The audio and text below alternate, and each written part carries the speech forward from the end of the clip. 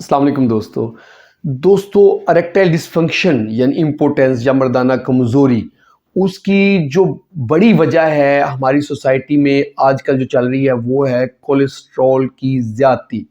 अगर किसी बंदे के ब्लड में कोलेस्ट्रॉल यानी कि जो चर्बी है, फैट है वो ज़्यादा है, ट्राइग्लिसराइड ज़्यादा है, उसकी वजह से इरेक्टाइल डिसफंक्शन होता है।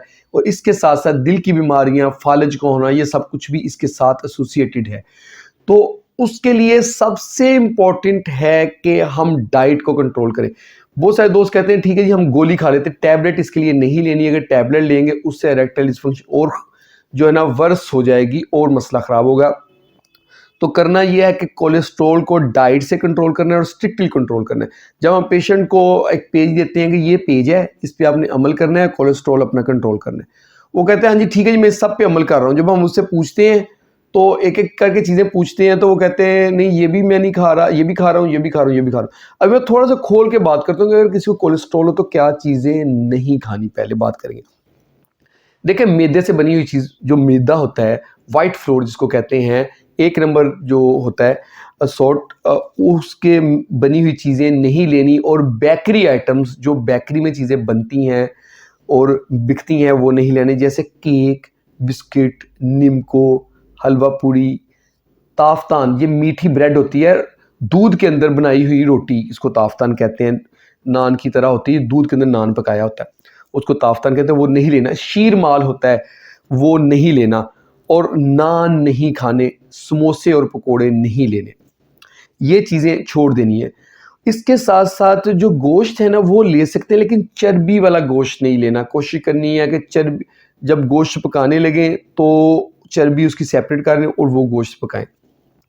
इसके साथ जो आर्गन मीट है वो नहीं लेने, उसमें शामिल है दिल, मगज़, कलेजी, गुर्दे, ये आर्गन मीट होते हैं, ये नहीं लेने। सिरी पाए लोग को वो शौक होता है, सिरी पाए खाते हैं, वो समझते हैं इससे बहुत ताकत आएगी, लेकिन अगर आप सिरी पाए लेते हैं तो उससे आपके कोलेस्ट्रॉल के बढ़ने के चांसेस बढ़ जाते हैं। सिरी पाए बिल्कुल नहीं लेने। निहारी का इस्तेमाल नहीं करना।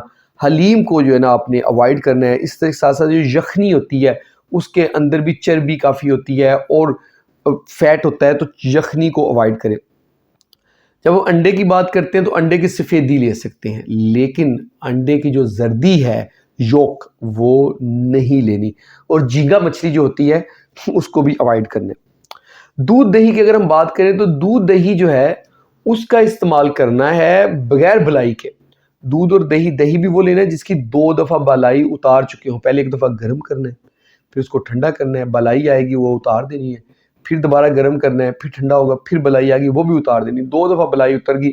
अब ये वाला जो दूध है, इसकी आई दही या ये वाला दूध आप इस्तेमाल कर सकते हैं। अगर कोई स्वीट डिश बनाना चाहते तो इसकी बनानी है, अदरवाइज़ नहीं। अगर दूध की बनी हुई चीज़ें होती हैं जैसे आइसक्रीम हो गई, खीर हो गई, कुछ पुडिंग्स जो दूध से बनती हैं उनका इस्तेमाल नहीं करना। जो है ना जो रेडीमेड होती हैं उसमें खोया वगैरह वो डालते हैं, इसलिए उससे कोलेस्ट्रॉल बढ़ेगा, उसको आप छोड़ दें। तली हुई सब्जियां जैसे आलू के चिप्स हैं, अब बैंगन को तल के लोग इस्तेमाल करते हैं। समोसे पकोड़े पहले हमने डिस्कस कर लिया, वो भी तले होते हैं। जो कुछ तला जाता है ना, तली हुई चीज़ नहीं इस्तेमाल करनी।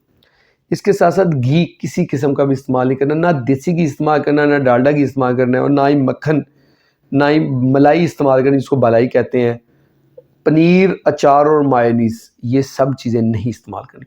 होता क्या है, हम पेशेंट को मना कर देते हैं कि कुकिंग ऑयल में खाना खाए, लेकिन वो कहता है मैं तो देसी घी में खा रहा हूँ जी, डालडा घी नहीं यूज़ करता। देसी घी भी नहीं लेना, डालडा घी भी नहीं लेना, मक्खन भी नहीं लेना।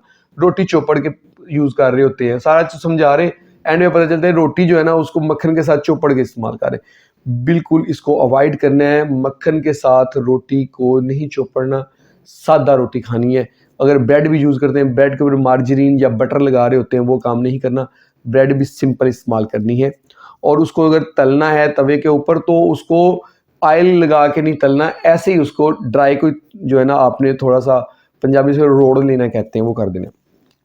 हलवा जात बिल्कुल इस्तेमाल नहीं करनी, मिठाइयाँ नहीं इस्तेमाल करनी और चॉकलेट का इस्तेमाल नहीं करना। ये सारी चीज़ें अगर आप छोड़ देते हैं तो आपका कोलेस्ट्रॉल कंट्रोल हो जाएगा। इसके साथ, इसके करने से आपको इरेक्टाइल डिसफंक्शन में बेहतरी आएगी और साथ साथ ब्लड प्रेशर के, हार्ट के मसाइल शुगर के मसाइल होने के चांसेस कम हो जाएंगे, जो इसके साथ साथ फालज का मसला होने के चांस कम हो जाएंगे। और जो चीज़ें लेनी है वो ये है कि जब रोटी खानी है ना, चोकर वाला जो होता है, छान भूरा जो होता है, उसके समेत आटा है, उसकी रोटी खानी है। और नशास्ता जो है वो लेना, जैसे दलिया वगैरह का इस्तेमाल करना है। सब्जियां और फल छिलके समेत खाने हैं, जिनका छिलका खाया जा सकता है। फलों का जूस, ताज़ा फलों का जूस पीना, डब्बे वाले फल नहीं यूज़ करने। सलाद और कच्ची सब्जियां जो है ना वो डेली इस्तेमाल करें। कच्ची सलाद जो है ना, सैलड, फ्रेश सैलड वो लेना है, रशियन सैलड नहीं लेना।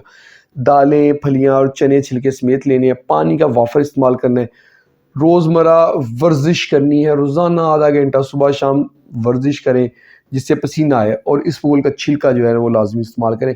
ये सारी चीज़ें आप इस्तेमाल करेंगे, कोलेस्ट्रॉल कंट्रोल रहेगा, आप हेल्दी रहेंगे और बहुत सारी बीमारियां आपको नहीं आएंगी, इंक्लूडिंग इरेक्टाइल डिसफंक्शन।